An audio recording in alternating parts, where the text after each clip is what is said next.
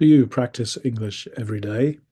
I know you watch these videos, so that's kind of practice. And of course, talk to me. But is that enough?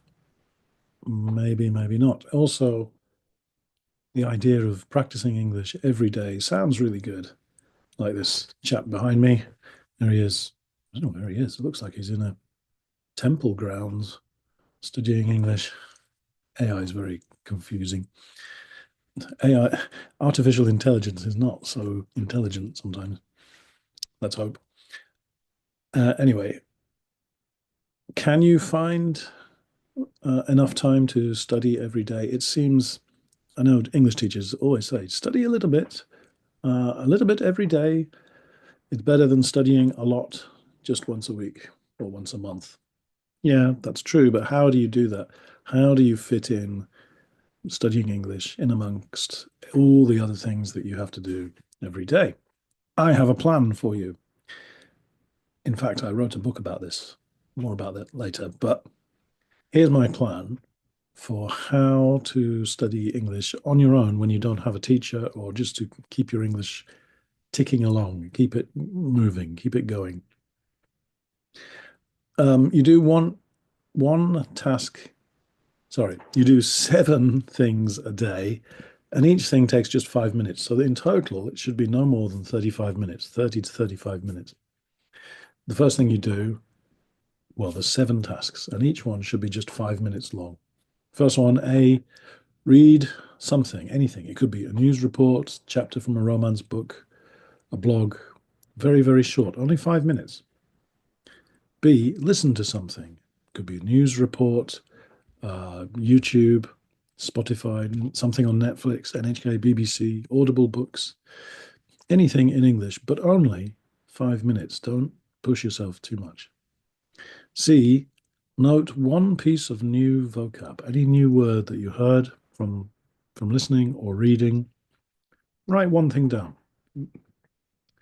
Um, next one, E, is speak. If you get a chance, speak to somebody, a human, if possible, AI if you can't, or if nobody is around, just try saying a few sentences to yourself. Just try to memorize, lodge it in your brain and to practice pronunciation. F is remember, which means look over past notes. You're making one note every day, so look over some past notes just to refresh your memory.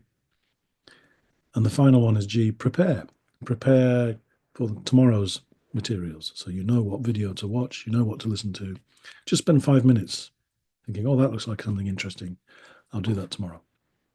Now, that sounds like a lot, maybe, and sounds complicated, but it really isn't. The key is you have maybe a diary, paper diary, or just a notebook with 7 boxes, A to G, or you could write the letters of each task, like R for read, L for listen, N for note, W for write, S for speak.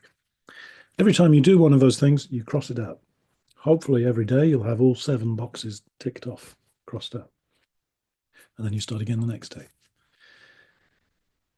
The point is, doing a little bit is infinitely better than doing nothing. Now, of course, just doing 35 minutes a day is hardly enough to learn English, but it will keep you going. And if you did that every day, 7 days a week, finding just like 35 minutes, right, every day, well, that's 7 times 30 is a 21. So that's 210 more than whatever that is. About 220. So it's about like, I don't know, 90 minutes, 200. Anyway, I can't do the math. I'm an English teacher. It's doing a couple of hours a week.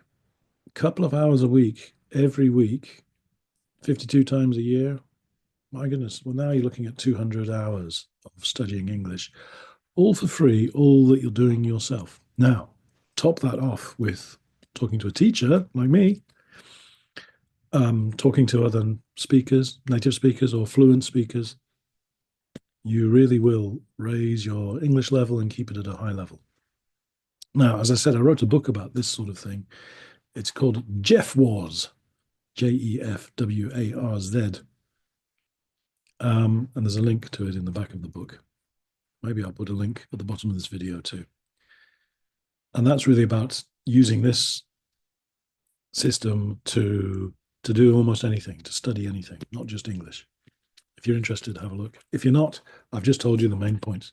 The key is making everything into 5-minute easy chunks that you can cross off on a piece of paper and work your way through. And you'll find that actually you can stick at it. I've been doing it for, I don't know, about a year with a variety of things. I do a little bit of writing, and I cross that out, a little bit of reading, a little bit of Japanese practice, cross that out, some artwork, and writing books. I have 7 different tasks I do every day, and I cross a little bit off. And it means that even though I'm a busy English teacher and doing lots of things every day, I manage to do 35 minutes of what I really want to improve my skills. Okay, now I have 3 questions. Number 1, when could you find 5 minutes in the day to study?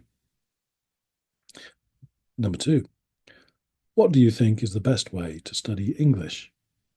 Number 3, what would you be able to do if you could speak more fluently? What would you be able to do if you could speak English more fluently? Have a think, and I'll see you again. Thank you. Bye bye. Go to bed, young man.